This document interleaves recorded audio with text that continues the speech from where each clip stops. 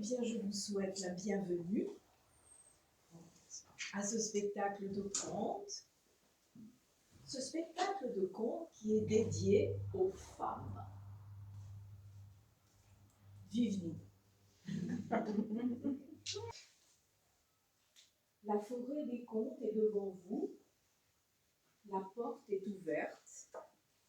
Il vous suffit d'entrer.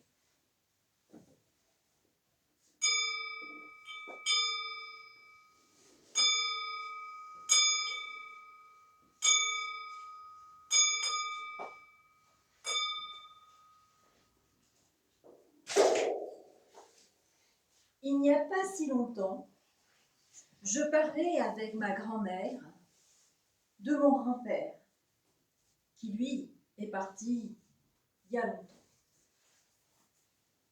Tu sais, me dit-elle, j'ai été heureuse avec ton grand-père, on a été heureux, mais ça n'a pas été facile, hein. Ça, je te prie de le croire, surtout au début. Après leur mariage,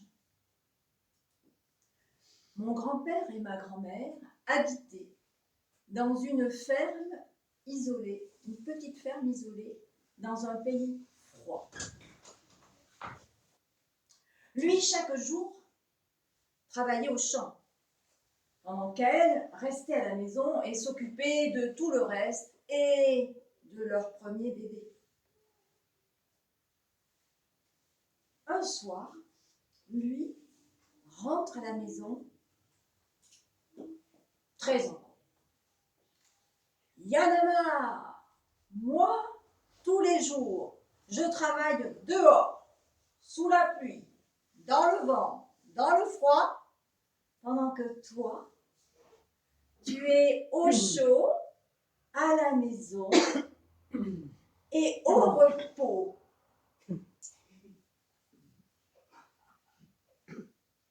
Au repos.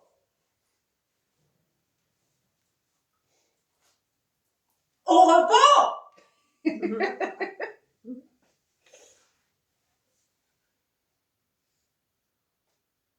Eh bien, écoute-moi. Demain, c'est moi qui vais au champ. Et toi, tu resteras à la maison. Le lendemain, au lever du soleil, elle se lève, elle va s'occuper un peu du bébé et elle s'apprête à partir. Avant d'ouvrir la porte, écoute-moi. Si le bébé pleure, tu le secoues doucement. S'il continue à pleurer, c'est qu'il a faim, alors tu lui donnes un biberon. Le lait est là, dans la casserole, à côté de l'évier. Ah, les cochons. Il faut les nourrir rapidement, parce que quand ils ont faim, ils sont agressifs. Donc tu trouveras 2 seaux d'épluchure là, derrière la porte. Ah oui, la vache. Elle est à la même place depuis hier. Elle n'a plus rien à manger. Il faudra que tu la changes de place. Ah oui, et puis n'oublie pas, il y a les légumes à éplucher pour la soupe de ce soir. Tu la feras cuire dans le chaudron et tu remues bien de temps en temps. Tu la fais pas bouillir surtout.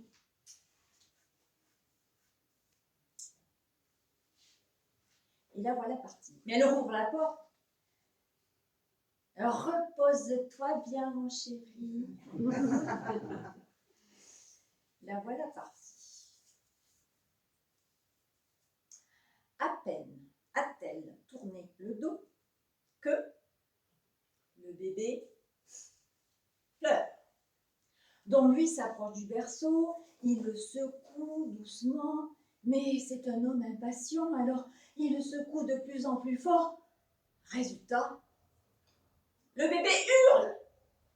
Alors il le prend dans ses bras, et puis il s'approche de l'évier, et puis il prend un biberon avec le bébé dans ses bras, et il essaie de remplir le biberon. Tout le lait tombe par terre. Ah!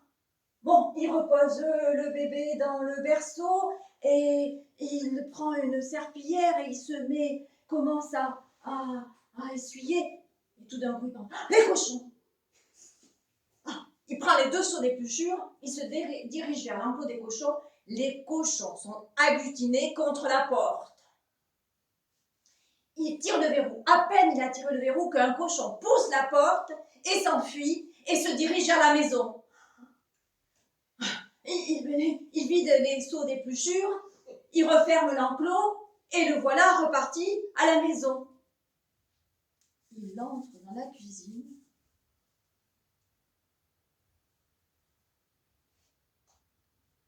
Le cochon a glissé sur le lait, s'est cogné contre le mur, il s'approche, le cochon est mort. Oh là là, le cochon est mort. Mais ce cochon, il n'est pas mort de maladie.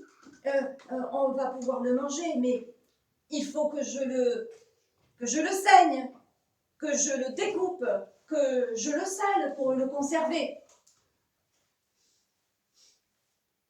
La vache, il sort. Il trouve la vache, effectivement, à un endroit où elle a plus un seul brin d'herbe. Alors il regarde autour de lui, il cherche un endroit où il pourrait la mettre. Oui, sur le toit. Sur le toit, il y a de l'herbe. Dans ces pays-là, il y a des maisons où il y a de l'herbe. Hein. Bon. Il y a de l'herbe. Ah, et puis sur le toit, ben, personne ne pourra me la voler. Ah, ça, c'est une bonne idée. Donc, il prend la corde de la vache, il la tire et il l'amène près de la maison, là où le toit est près du sol. Alors, il la tire sur le toit, il la hisse.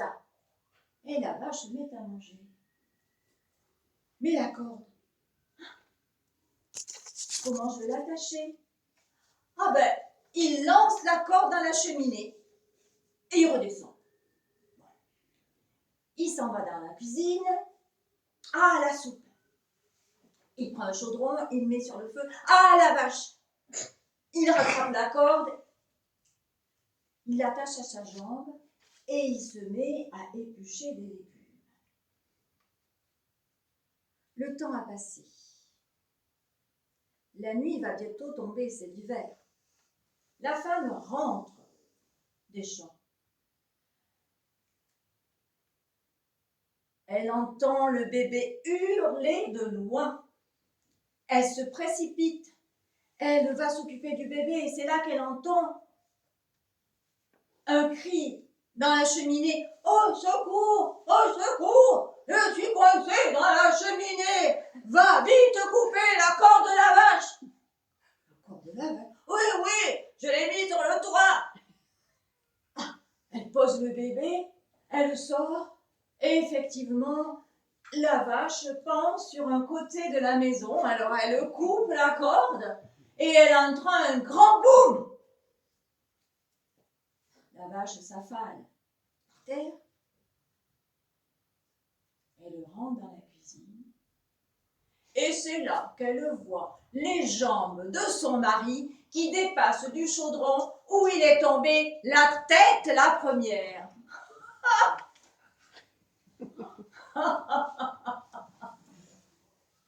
Elle sort du chaudron. Ah, mon chéri. Heureusement que la soupe n'était pas prête. Sinon, tu aurais fondu comme un morceau de lard.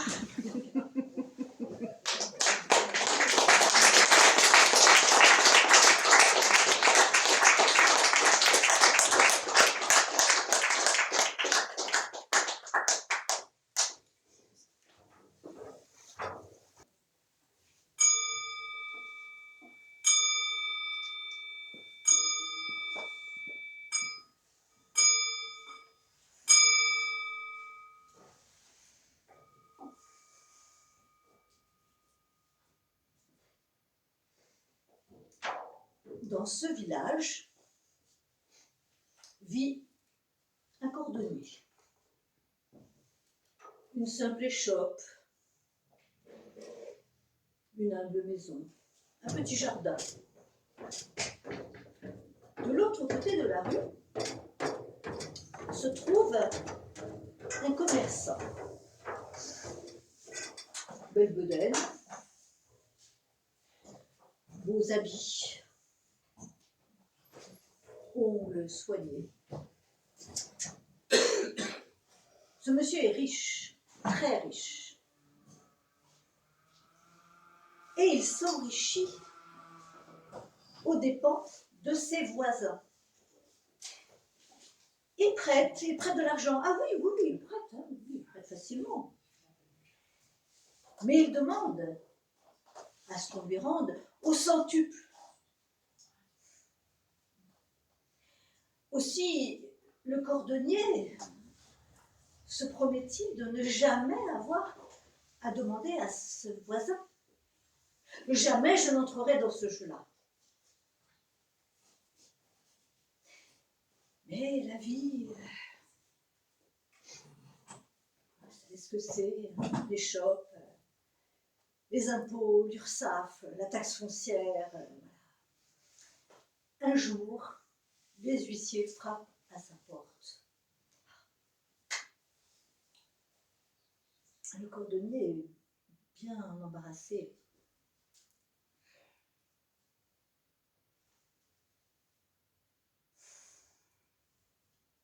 Il va demander de l'aide à son voisin.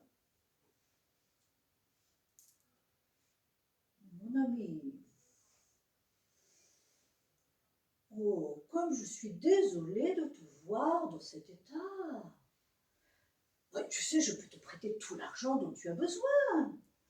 Tu me le rendras à la fin de la semaine. Bon, le cordonnier s'exécute et va rembourser sa dette aux huissiers. Il travaille toute la semaine, jour et nuit, à ressemeler ses petits souliers, et la fin de la semaine arrive et il n'a pas réussi à ramasser l'argent qu'il doit aux commerçants. Les jours passent, les semaines passent, les mois passent et il en arrive à devoir 1000 fois plus que ce qu'il a emprunté.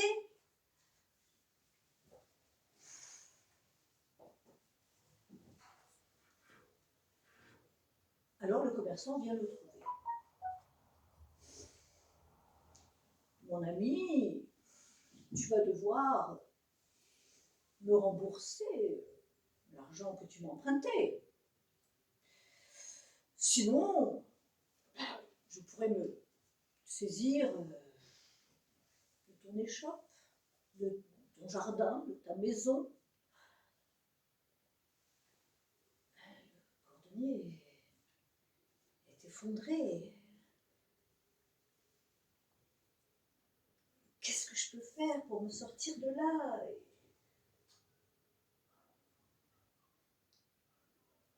Sa fille arrive. Une belle jeune fille, très intelligente. Mais qu'est-ce qui t'arrive, père? Qu'est-ce que tu as à pleurer comme ça? Alors le père lui raconte son histoire. Ne t'en fais pas, père.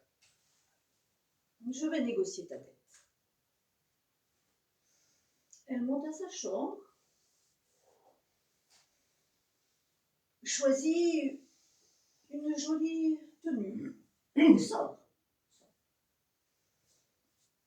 Traverse la rue, va voir le commerçant. Celui-ci est affalé dans un transat, dans son jardin, au soleil, en train de siroter un petit verre de whisky. Sitôt qu'il voit la fille arriver par le portail du jardin, immédiatement, il la désire. Alors, la belle, quel bon vent t'amène? Il n'y a pas de bon vent, dit la fille. Je viens négocier la dette de mon père. Oh, enfin, voyons, mais ne le prends pas sur ce ton. Nous allons nous arranger à l'amiable. Vois-tu, je vais te proposer un jeu. Vois-tu ce petit sac? Je vais prendre 2 cailloux sur le sol, un noir et un blanc. Je vais les mettre dans ce sac.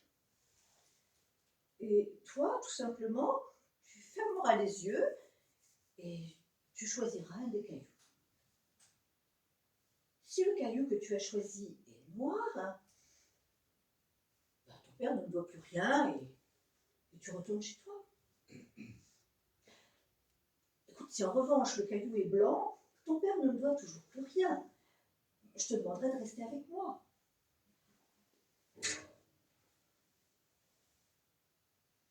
D'accord, dit la fille.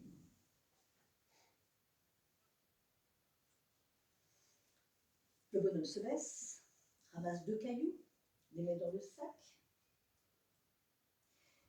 Mais la fille n'avait pas les yeux dans sa poche. Elle voit que le bonhomme met 2 cailloux blancs dans le sac.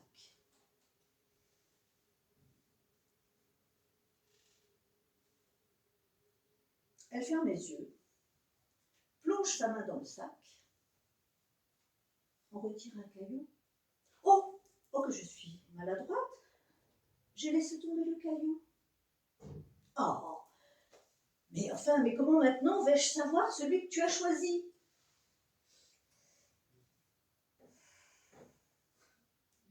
Tu n'as qu'à regarder dans le sac, celui qui reste.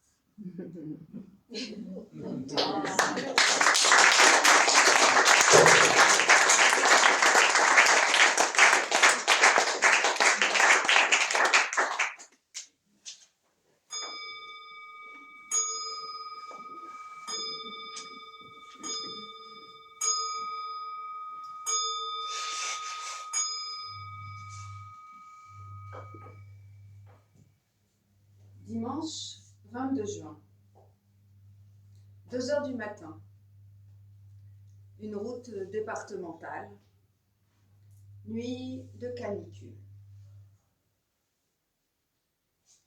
Pinault conduit la voiture empruntée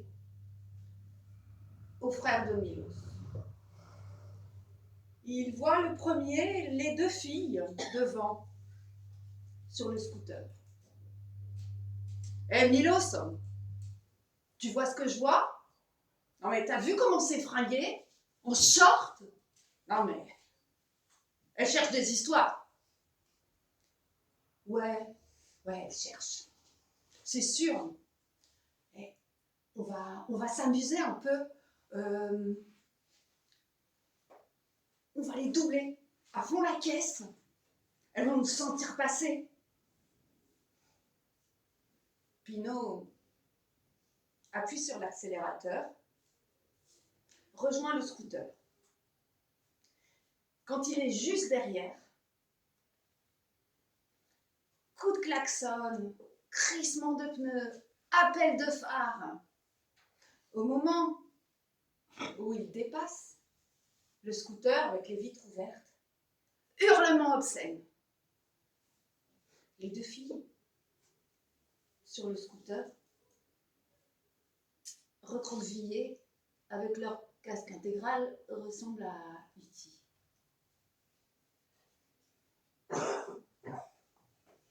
Hé, Pinault, prends de l'avance, comme ça, elle croit qu'on est parti. Et là, on se planque, on les laisse passer et après, on les prend en chasse.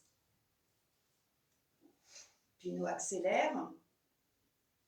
Quand il arrive assez loin, il n'est plus en vue du scooter, il trouve un chemin sur le côté, il se gare, éteint les phares, éteint le moteur. Qu'est-ce que c'était chiant cette fête de la musique. Heureusement qu'on avait des bibines. Ouais, mais Pinault aussi, il n'y avait pas de filles. Encore, il y aurait eu Morgane. Tu parles pas de Morgane. Tu parles pas de ma sœur. Puis tu l'approches pas. Pas avant le mariage, ok? Ouais, je voulais juste dire que Morgane, elle devait être furax de ne pas avoir pu venir à la fête de la musique. Morgane, elle ira loin, ma sœur. Elle travaille, elle bosse pour ses examens. Respect pour Morgane. Ouais, respect pour Morgane. Pas comme les deux filles, là, on choque la nuit. Tiens, les v'là, elles passent. Pinot rallume le moteur, pas les phares. Il reprend la route. Arrivé juste derrière le scooter, plein phare et rebelote.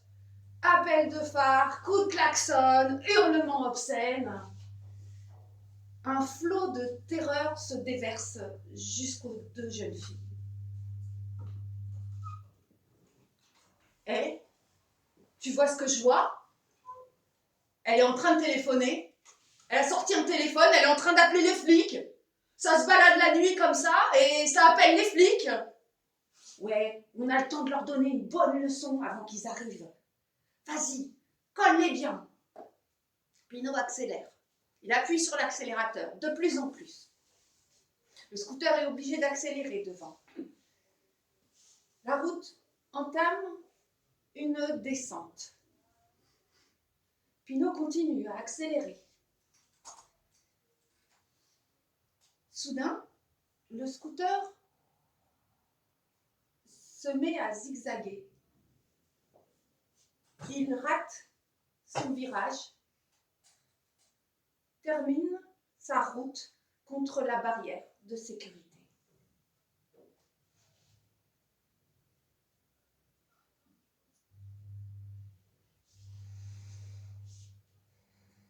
Dimanche 22 juin, 8h du matin, commissariat. Pinot et Milo sont avachis sur leur siège. Ouais, ça fait 4 heures là qu'on répète la même chose. On a tout dit là, on peut y aller? Non. Dans cet accident que vous avez provoqué cette nuit, une jeune femme, Lucie, est morte. Et c'est un miracle que la conductrice du scooter s'en soit sortie. Ouais, mais elle ment, Camille, la conductrice là, elle ment, elle dit que c'est nous qui avons provoqué. C'est pas nous, on voulait juste s'amuser. Nous, on rigolait. Bon, on a peut-être eu tort, d'accord, de les suivre, mais on n'y peut rien si Camille, elle savait pas conduire. Elle sait pas conduire son scooter, elle sort pas, hein. Conduite en état d'ivresse. Harcèlement. Mise en danger de la vie d'autrui. Non-assistance à personne en danger. Délit de fuite. Votre peine va être lourde, elle va être lourde, mais elle sera légère à côté du reste. Pourquoi vous dites ça? Je dis ça parce que cette jeune femme qui était enfermée chez elle, qui est quand même sortie, qui a pris un risque parce qu'elle savait que si elle tombait sur son frère, elle allait passer un sale quart d'heure à la fête de la musique. Cette jeune femme qui a rejoint son amie Camille, qui lui a prêté des habits pratiques par cette chaleur. Cette jeune femme que j'ai appelée Lucie pour essayer de vous faire réfléchir aux conséquences de vos actes. Cette jeune femme, elle s'appelait Morgane.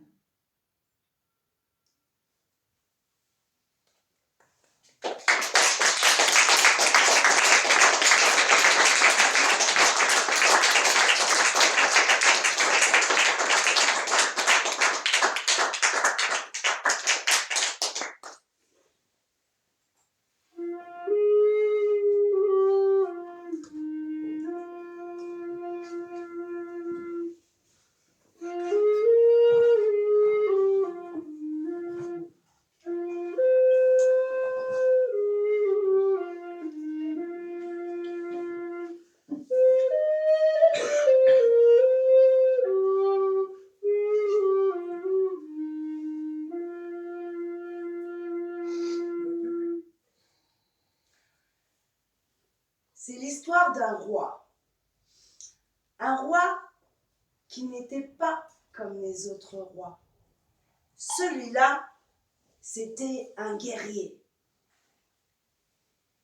Il s'était battu toute sa vie pour gagner la confiance de son peuple. Après toutes ces années, il est fatigué. Il est épuisé. Il se sent déprimé. Il aimerait que sa vie change. Un jour, qu'il se promène dans la forêt, son pied trébuche contre une bouteille fermée hermétiquement par un capuchon. Le roi est curieux. Il ramasse la bouteille, la tourne dans tous les sens. Il aimerait voir ce qu'il y a à l'intérieur. Le verre est épais. Il ne voit rien.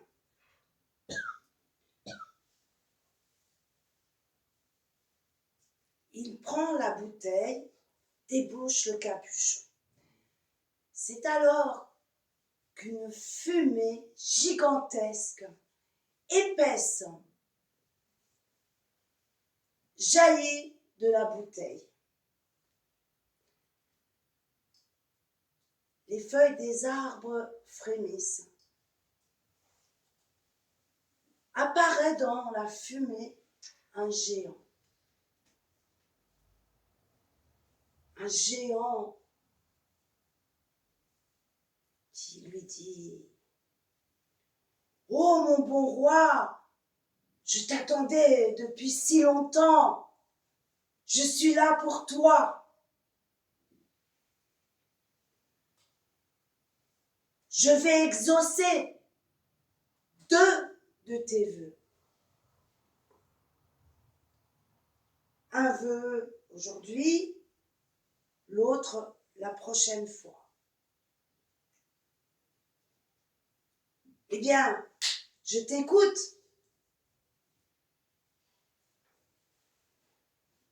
Oh, le roi, il réfléchit, il ne sait pas. Hein. Bien, je voudrais être intelligent. Oh, mais ça c'est facile. Tu vas rentrer chez toi, tu passes une bonne soirée, une bonne nuit. Demain matin, tu seras très intelligent.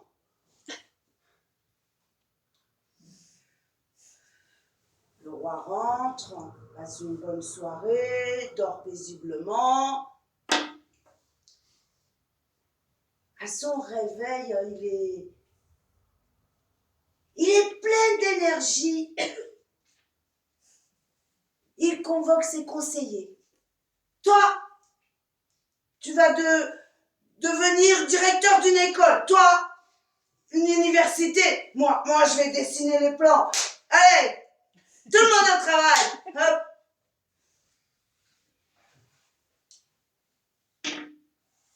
Quelque temps plus tard, il retourne dans la forêt. Il retrouve la bouteille. Le génie apparaît. « Ah, mon bon roi, te voilà revenu, que je suis content. Quel est ton deuxième vœu? » Eh bien, je le sais déjà. Je voudrais être très, très, très intelligent. Bon, ça aussi c'est facile. Tu tu vas rentrer chez toi, demain matin, hop, tu seras très très très intelligent. Alors le roi il rentre, soirée super, il dort bien. Le lendemain, il se réveille et il se sent bizarre. Il touche sa tête, ses cheveux, hein, il tâte ses épaules. Il touche sa poitrine, il court devant un miroir. Il voit son image. Ah! Il est devenu une femme.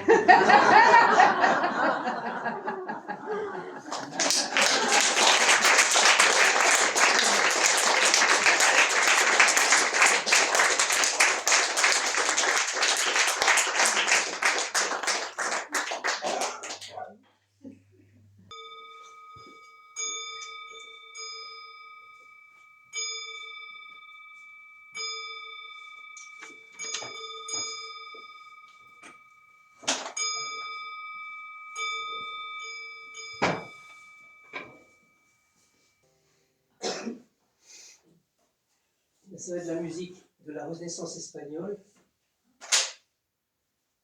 et que je dédie à Marianne ici présente parce que non seulement elle a supporté pendant 5 ans, jour pour jour, un homme, mais cet homme c'était moi, donc elle a beaucoup de mérite. Voilà.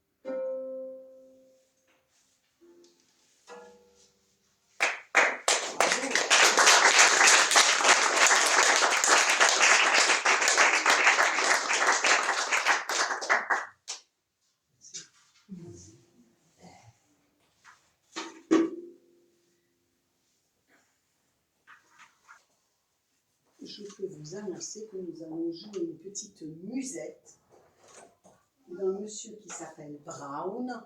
Alors, il n'est pas très connu, hein, mais il a écrit de...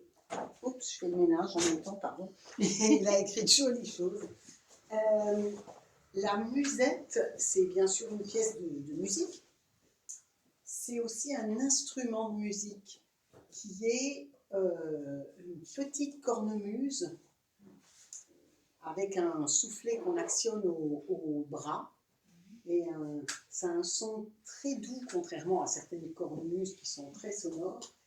Et c'était un instrument beaucoup utilisé à la cour pendant la période baroque, à la cour de France. Voilà.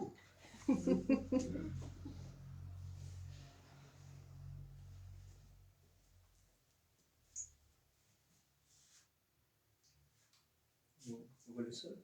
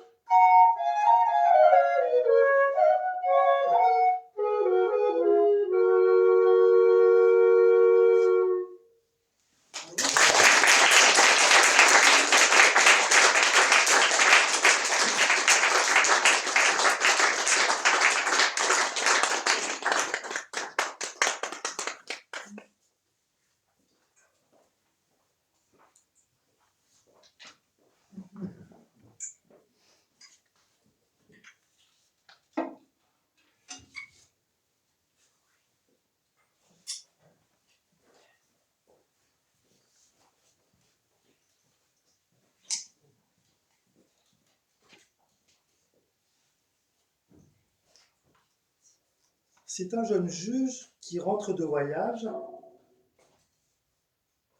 Il est près de la ville où il habite, mais la nuit tombe et il faut qu'il trouve un abri.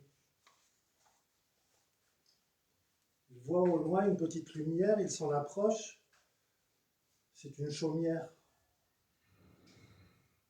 Il frappe à la porte et une jeune fille lui ouvre. Mademoiselle, est-ce que vous me permettriez de passer la nuit ici, s'il vous plaît? Bien sûr, monsieur, dès que mes parents seront de retour. Ah, et que font-ils? Eh bien, ma mère est allée chercher celui qu'elle ne connaît pas et mon père ce qui coule de haut en bas. Ah bon, très bien, je vais attendre. Il attend et les parents reviennent et l'invitent. Il l'invite pour le repas et, comme le veut la tradition, lui propose de découper le poulet. Il coupe le poulet. Au père, il donne la tête et le cou. À la mère, la poitrine. À la fille, il donne les ailes et il se garde les cuisses.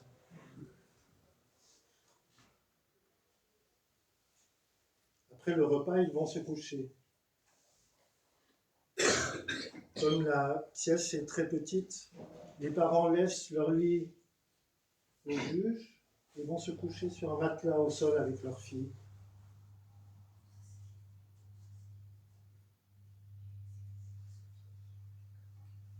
Quand le père pense que le juge est endormi, il dit à sa fille: « Eh, mais il était bizarre, j'ai rien mangé ce soir. Il m'a donné le cou et la tête. Trop bizarre. » « Mais papa, c'est normal, je t'explique. Il t'a donné le cou et la tête parce que tu es le chef de la famille. Il a donné la poitrine à maman parce que c'est elle le cœur de la maison. Il m'a donné les ailes parce que un jour je m'envolerai d'ici. Il a pris les cuisses parce que c'est lui le voyageur. »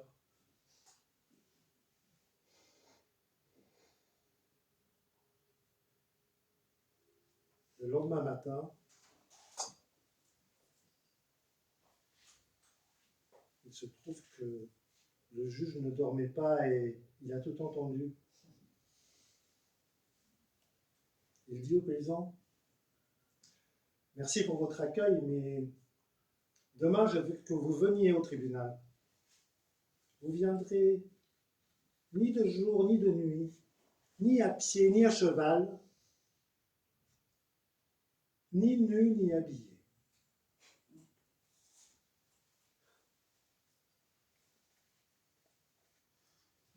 Le paysan passe une très très mauvaise journée. Qu'est-ce que je dois faire?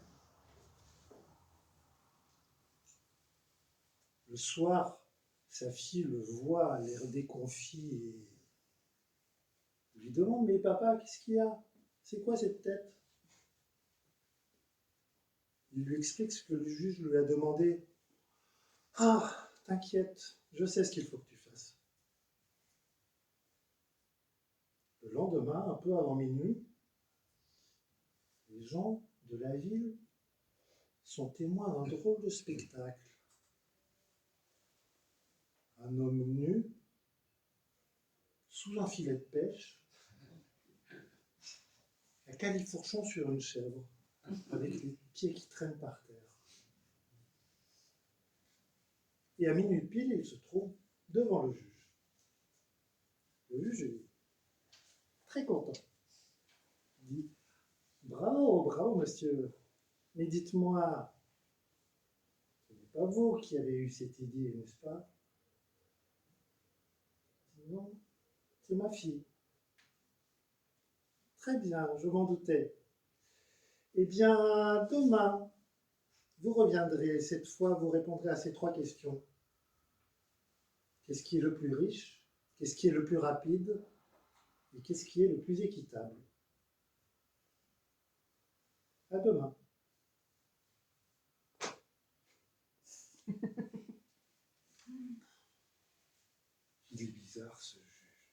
trop bizarre. Il rentre chez lui et raconte à sa fille ce que le juge lui demande. Elle dit, oh bon, papa, demain je viens avec toi parce que ça va, hein, ça va. Le lendemain, elle accompagne son père au tribunal et au juge, elle dit, bon, avant qu'il ait eu le temps de dire quoi que ce soit, bon, alors, ce qui est le plus riche, c'est la terre qui nous nourrit, ce qui est le plus rapide, c'est la pensée, et ce qui est le plus équitable, c'est la mort à laquelle personne n'échappe. Le juge est surpris de voir la fille et très heureux de ses réponses. Eh bien, mademoiselle, dit-il en rougissant, mademoiselle, la lune brille à la lumière du soleil. Est-ce que la lune veut briller? Est-ce que le soleil veut briller auprès de la lune? D'accord. Le jour se lèvera dans une semaine. La lune brillera, le soleil brillera auprès de la lune, qu'elle se prépare à briller. Le père à côté.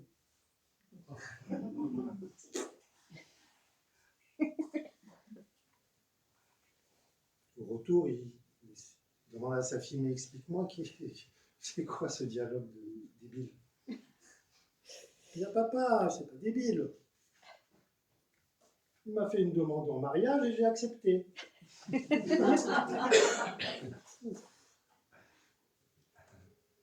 Une semaine plus tard, les deux sont mariés.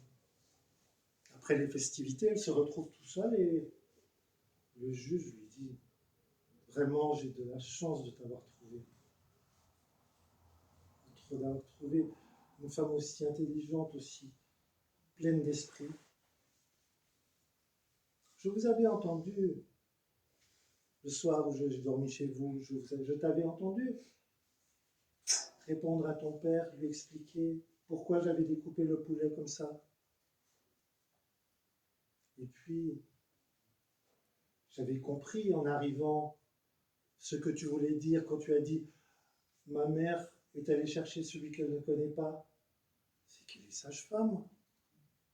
Quand tu as dit « Mon père est allé chercher ce qui coule de haut en bas », il allait traire la vache. Et puis, tu as compris ma demande en mariage.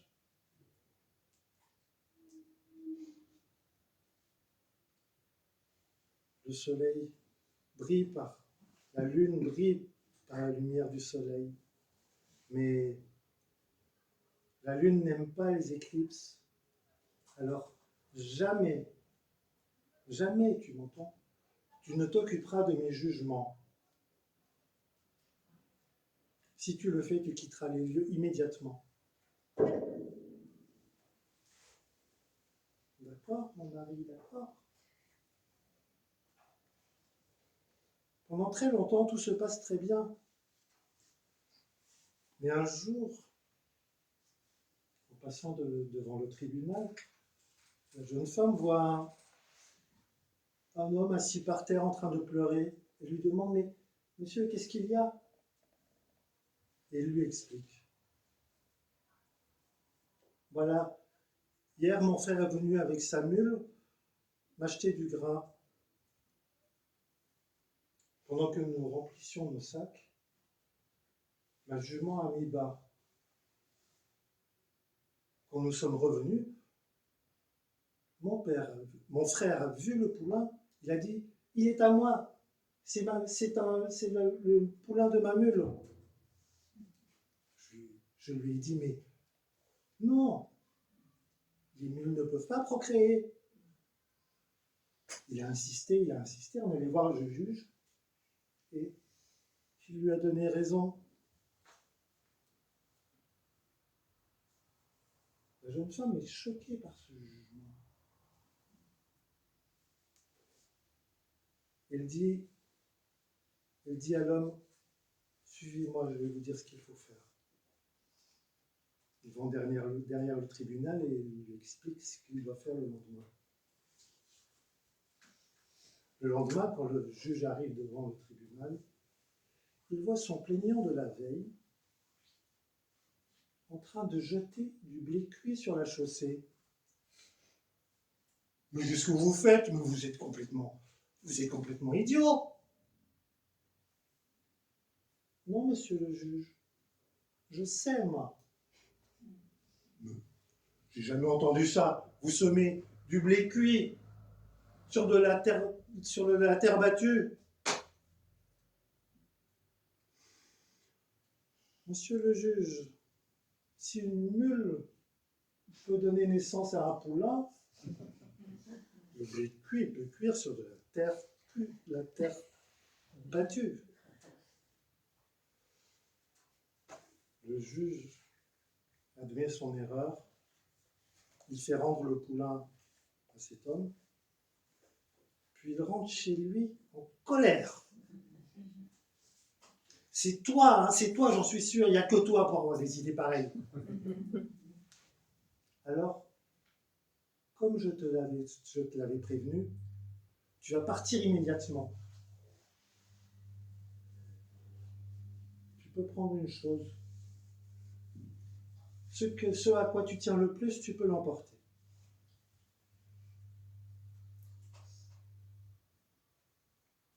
D'accord, mon mari? Mais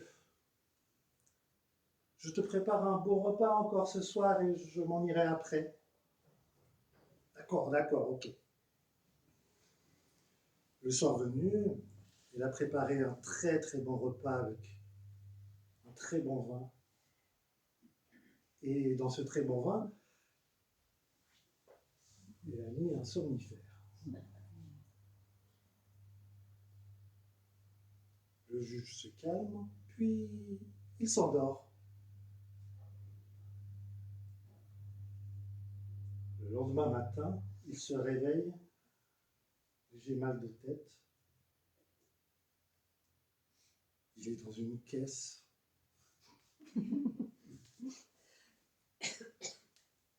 Il ouvre le couvercle de la caisse.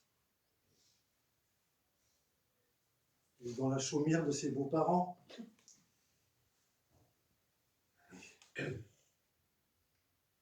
À ce moment-là, sa femme entre. Mais qu'est-ce que je fais là? Qu'est-ce qui s'est passé? Eh bien, j'ai fait ce que tu m'as dit. Tu m'as dit, prends ce à quoi tu tiens le plus. Et voilà. Le soleil ne se passe pas de sa lune.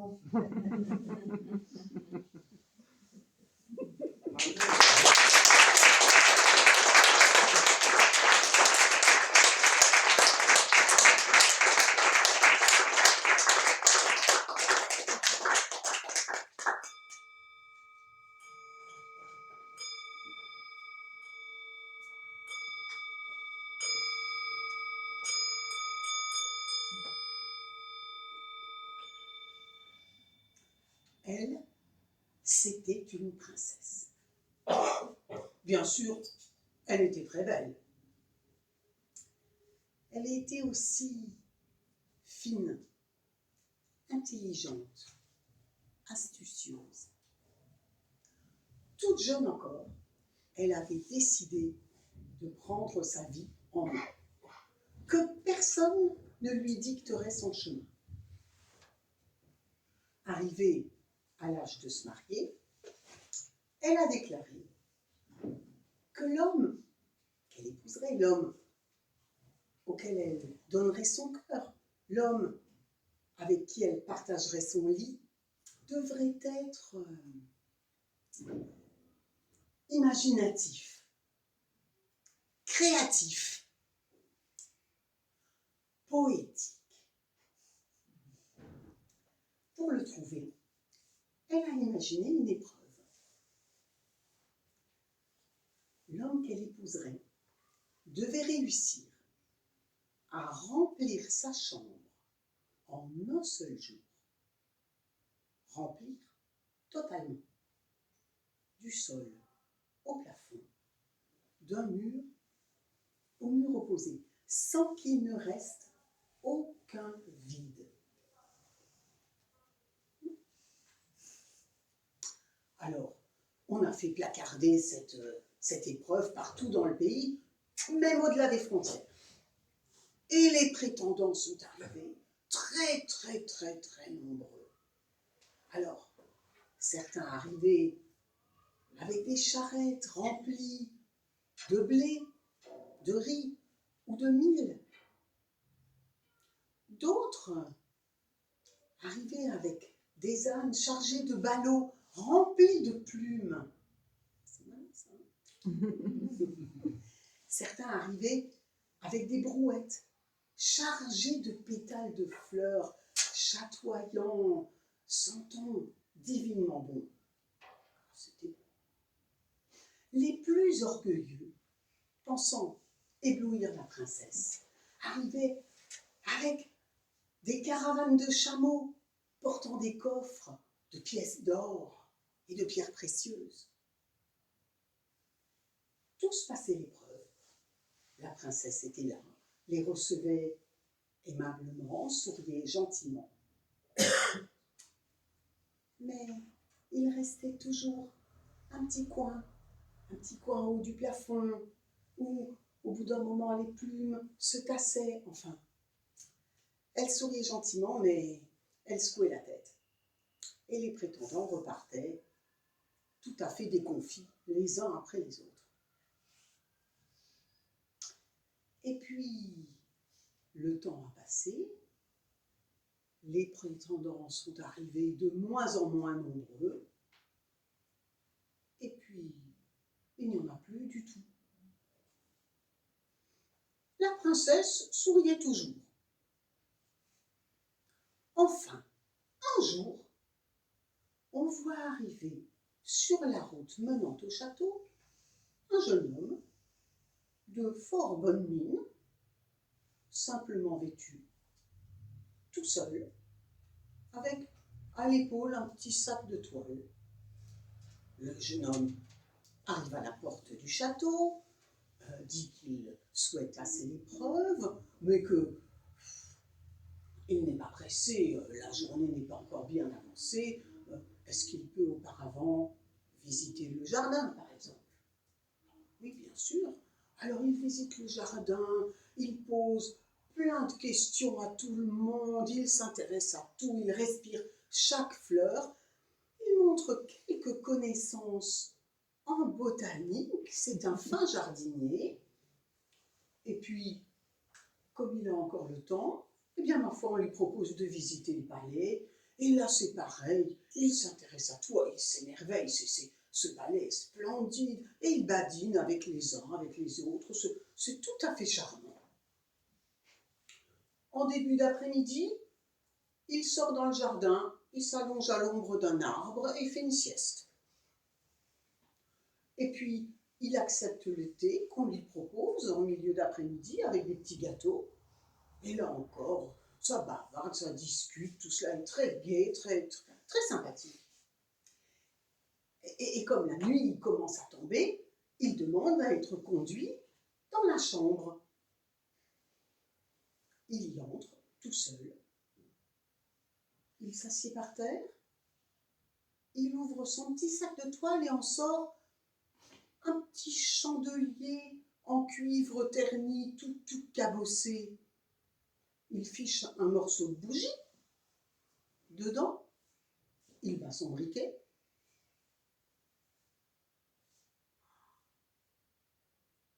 C'est magnifique.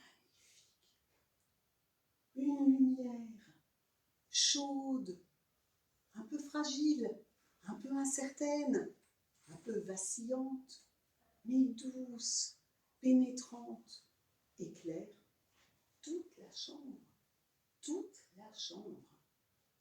Et la princesse sourit et elle dit que, mais oui, il a réussi l'épreuve et que oui, on peut préparer le mariage.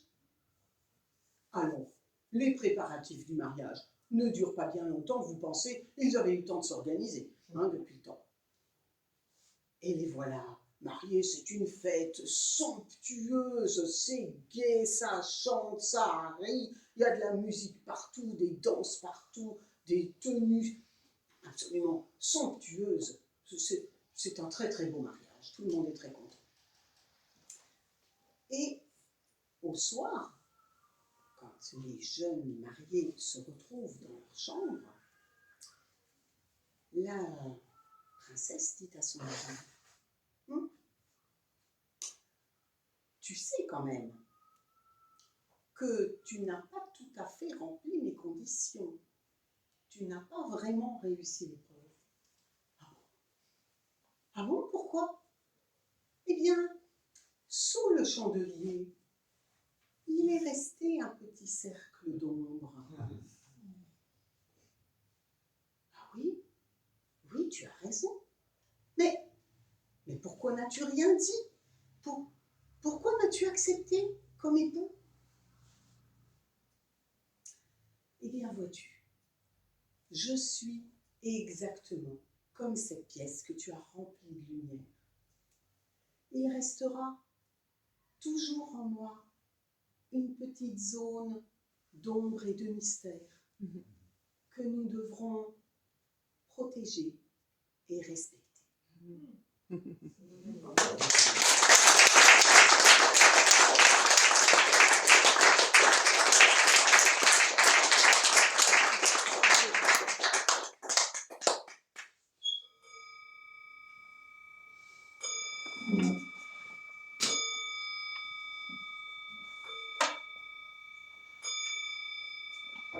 Bonsoir, je me présente, moi c'est Lucas et j'ai 11 ans et demi. Et je suis content parce que le professeur de français nous a donné un devoir à faire. Rédiger un conte pour la prochaine fois. Ça me va super bien. J'ai plein d'idées. C'est l'histoire d'un dragon. Alors, le dragon, premier personnage, terrifiant, immense, avec des yeux rouge sang, une gueule pleine de crocs tranchants, et le corps couvert de pustules puantes. Il se déplace dans tout le pays et il brûle tout sur son passage. Les maisons, les gens, les champs, les arbres. Un jour, il a l'idée d'enlever la princesse du lieu. Alors, deuxième personnage, la princesse. Alors, c'est une princesse qui ne sait rien faire de ses 10 doigts. Et elle passe sa journée à chanter. Mais peut-être que vous connaissez la chanson, parce que moi, je ne chante pas très bien. Alors, elle chante tout le temps. Un jour, mon prince viendra. Ah, vous savez, un jour, il me dira des mots d'amour si tendres, des mots si plaisants à entendre. Mais peut-être que parmi vous, vous pouvez chanter. Allez, commencez déjà. Qui est-ce? Mon prince viendra, un jour il me dira des mots d'amour si tendres, des mots d'amour si plaisants. Mais bravo, bravo. Et il l'emmène dans sa grotte. Le roi, son père, un vieux complètement gaga, est désespéré. Il promet la main de sa fille, à qui délivrera le pays de l'horrible dragon, et lui ramènera sa fille, la princesse. Il se présente un prince hyper musclé, avec un canon laser, des missiles super puissants, et il zigouille le dragon. Il ramène la princesse à son père, mais il ne veut pas l'épouser, parce qu'elle ne sait même pas faire la cuisine. Mais c'est pas grave, hein? Il en épousera une autre. Et voilà mon conte. Qu'est-ce que vous en pensez? C'est bien? C'est bien? C'est plaisant? Ah oui. Oui, ça me plaît. Moi, ça me plaît. Oui, mais voilà. Ma mère a voulu superviser mon travail. Et elle m'a assommée avec ses commentaires. Trop violente, ton histoire. Supprime le canon laser et les missiles super puissants. Et puis, le dragon ne peut pas tuer des civils innocents. C'est contraire aux conventions sur la guerre. Alors, j'ai supprimé tout ce que ma mère a dit. Mais elle n'était pas satisfaite. Et puis, dis donc, quand le dragon brûle les arbres, les champs, tu as pensé à la protection de l'environnement? Quoi? C'est un dragon. Il faut bien qu'il crame quelque chose. Bon. Oui, mais alors, un arbre mort et puis un tout petit. À contre-cœur, j'ai rectifié mon texte. Et puis c'est pas tout, a dit ma mère. Ton histoire est trop sexiste. Qu'est-ce que ça veut dire, sexiste? Ça veut dire que tu donnes une mauvaise image des femmes et que les hommes ont tous les pouvoirs. Par exemple, ta princesse, elle est complètement nunuche. Elle pourrait faire du judo ou bien du karaté, par exemple.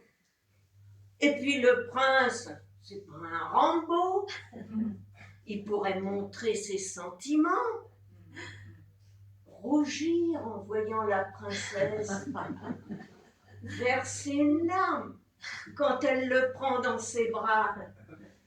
Non, mais ça va pas, c'est n'importe quoi. J'écris un conte, pas une histoire d'amour pour les mémés. Alors là, ça lui a pas plu. Elle m'a fait une scène terrible. J'ai dû tout supprimer. À tel point qu'il ne reste plus rien d'intéressant dans mon histoire. Je ne vais même pas pouvoir vous la raconter. Mais moi je sais, pour me remonter le moral, au moins je vais prendre un vrai conte, Le Petit Poucet. Parce que j'adore quand l'ogre s'approche de la maison, dans la maison, et qu'il dit ça sent la chair fraîche.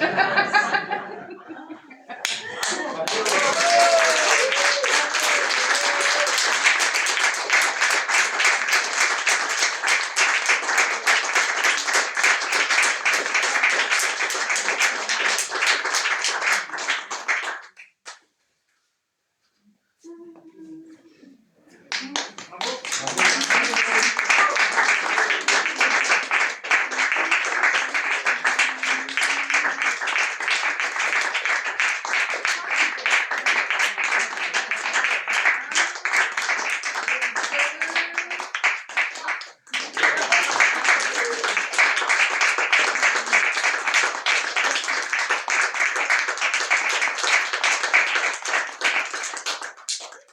Merci. Vous avez entendu Jean. Catherine. Marcel. Hélène. Pascal. Isabelle. Nadia.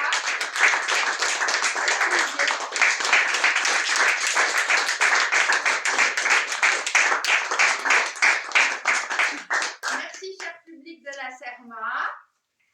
Toujours aussi formidable. Je peux ajouter un mot? Et on a Michel qui est derrière la caméra.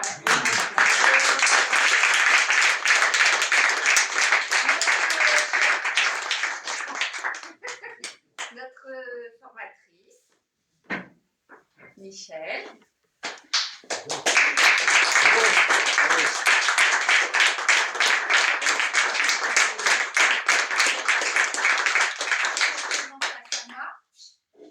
Alors, vous êtes donc à la Serma, pour ceux qui ne connaissent pas, c'est une association qui œuvre à la culture, la réinsertion des personnes addictives.